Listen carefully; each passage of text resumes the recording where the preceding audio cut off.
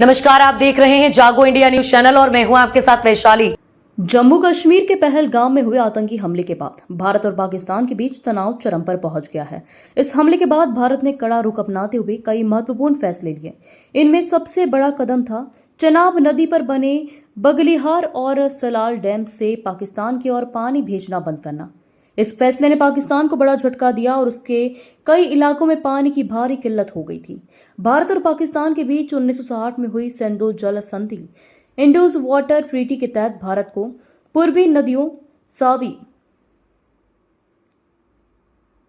ये paragraph repeat है। भारत और पाकिस्तान के बीच 1960 में हुई सिंधु जल संधि के तहत भारत को पूर्वी नदियों रावी सतलुज व्यास का जल प्रयोग करने का अधिकार है और पाकिस्तान को पश्चिमी नदियों सिंधु चेनाब झेलम से पानी मिलता है। लेकिन पहलगाम हमले के बाद भारत ने इस संधि को अस्थायी रूप से निलंबित कर दिया था।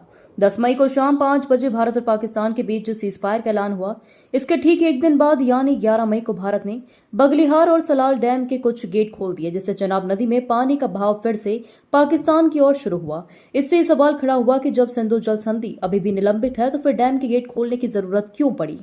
भारत के इस कदम के पीछे दो कारण माने जा रहे हैं। पहला, मानवीय दृष्टिकोण। पाकिस्तान के पंजाब और सिंध प्रांत के कई क्षेत्रों में पानी की भारी किल्लत हो गई थी, फसलें सूख रही थी और आम नागरिकों को पीने के पानी तक के लिए तरसना पड़ रहा था। ऐसे में भारत ने मानवीय अधिकार पर कुछ गेट खोलकर जल प्रवाह को सीमित मात्रा में बहाल किया। दूसरा, यह एक रणनीतिक कदम भी है। भारत ने केवल कुछ गेट खोले हैं और पानी के बहाव को पूरी तरह नहीं छोड़ा है। यह दर्शाता है कि भारत फिलहाल पूरी तरह नरम नहीं हुआ है। भारत के इस जल नीति बदलाव से पाकिस्तान को स्पष्ट संदेश मिला है कि अब पानी को भी कूटनीतिक हथियार की तरह इस्तेमाल किया जाएगा। फिलहाल सिंधु जल संधि का भविष्य अधर में है।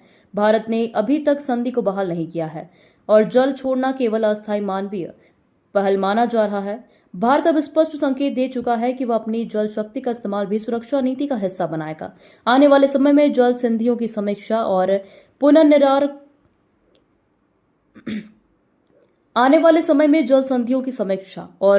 पुनर्निर्धारण की संभावनाएं भी खुली है।